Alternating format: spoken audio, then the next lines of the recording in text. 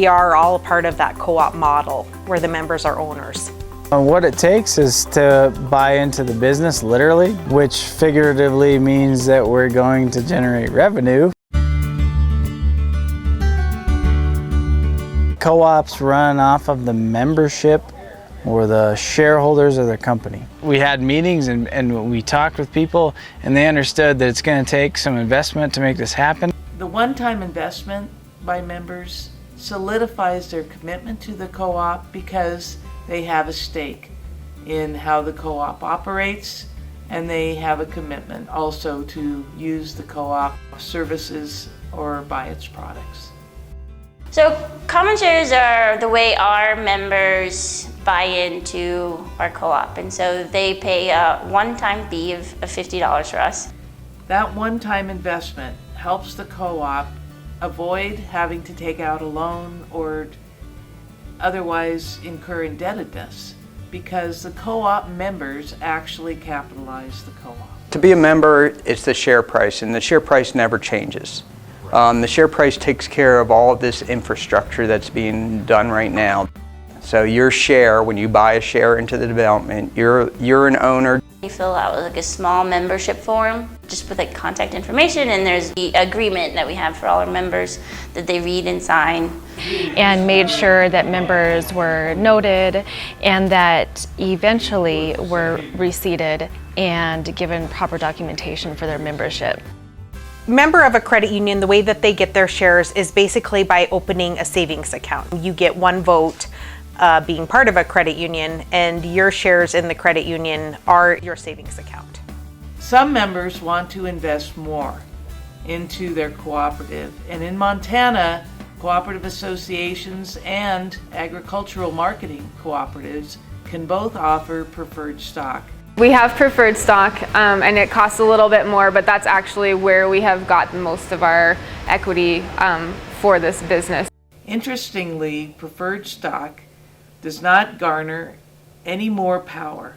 It's still one member, one vote of common stock holders. There's a membership fee, and then there's, we build into the processing fees stuff to cover, margin to cover repairs and maintenance and new equipment. Basically, capital comes in two ways.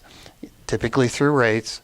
If it's a new service, the member is typically paying a lot of the upfront costs. We, cooperatives, put our money where our mouth is. And what I mean by that is the patronage that we return to our shareholders. At the end of each year, the board of directors can decide if the co-op made a profit. And if they made a profit, they might be able to allocate the profits through use of something called patronage. Patronage is paid out for everybody. Anybody and everybody who has an account and is set up as a patron account, they are eligible for patronage if the co-op makes money. It goes back again to the unique model of cooperatives in that the success in terms of this cooperative is to provide returns back to them. And so as we start having an operating profit, we can cover more of our own expenses, and I think eventually the goal is once there's like bottom line profit, we could pay dividends back to everyone. In some co-ops, that patronage is paid out in cash. Electric co-ops will pay out their dividends in a form of capital credits. So the way capital credits work is we're setting our rates, trying to cover our expenses. So at the end of the year, if we've set rates too high, any profit in the case of a co-op return back to our members. Dividends are the interest that's accruing on your share account. It also, dividends can be accrued on any other types of depository account. We have to break even, we have to keep the business healthy, but we don't have to make money beyond that. And when we do, it goes back to the consumer. From a member's perspective, not only do you have the democratic process, but you generally will save pretty substantial money by being along to a credit union. And that's true with all cooperatives. I mean, that's the whole idea behind the cooperative movement, is that we really can create benefit to the member owner. In addition to patronage, some co-ops offer additional benefits to their members. This can include discounts on certain purchases within their co-op.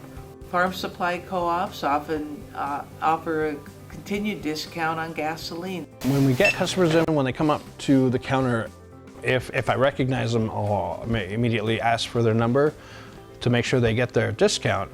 If I'm not sure, I'll always ask, like, hey, are you a member with us? And they'll say, what's that? And that's an opportunity to explain to them that we're a co-op. If you are a member, you get benefits, you get discounts. Initial services discounts, you get a year, discounts for new members or new services you pick up. Preferred stockholders benefit by investing in a cooperative, both by knowing that that service or the product will be available, but they also can have a modest return. In Montana, that is up to 6% return on their money. Preferred stockholders must be considered first when there are profits to be distributed. Because you have joined a co-op, or if you work for a co-op, you are aware that the assets of a co-op are shared by everyone who is a member. As a cooperative business, we can purchase assets as a business. As a co-op, we're all individual farms participating. We do have a manager employed by Loyal to Local, and so the goal is to provide a cell phone and provide a computer, and then the co-op would own those assets as well for her to use. The co-op owns the cottages, the co-op owns the infrastructure. So the co-op owns a number of pieces of the processing equipment. We have very big dreams too of having our own store one day, so a store that would sell all the farm products that we make. And then I think it would include a point of sale system.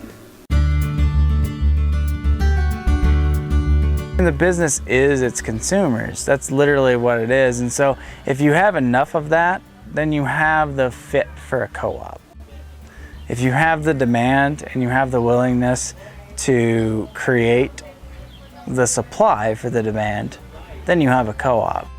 It's very important that the board of directors represent that financial interest by making sure that they're well trained, by making sure that people who have business experience or accounting experience are represented on that board, because they will keep the long-term stewardship of those resources in mind. So we have a 7-member board. They're just really involved in setting policy and looking forward to how the credit union continues to be successful. We sit down and we discuss the total financial picture that we've got, and then decide how much we should give back to our owners. There's always that debate too about, do you give your members back a check for a couple $100s, or do you put it back and invest in more plant to make better services, better things into the future? In Montana law for co-op associations, it actually states that the co-op needs to build up reserves that are 30% of the total equity of the co-op. What that means is that each year a co-op needs to withdraw from the profits a certain amount to put away to build the capital reserves of the co-op. It strengthens it as a result. The only fund that actually continues to grow is the long-term reserve fund. That fund will be cumulative over time. It's important that trainings be available for co-op members, for co-op employees, and particularly the directors of the co-op, so they stay on top of the financial institutions that they have created. Continuing education is very important to our co-op. We belong to a number of organizations that provide classes and conferences. One of the main ones being the National Rural Electric Co-op Association. They have a program for what we call credential classes for directors. Co-ops are businesses. They must have good investment, they must have good stewardship, and they simply need to grow to continue to provide the kind of services and the products that co-op members expect.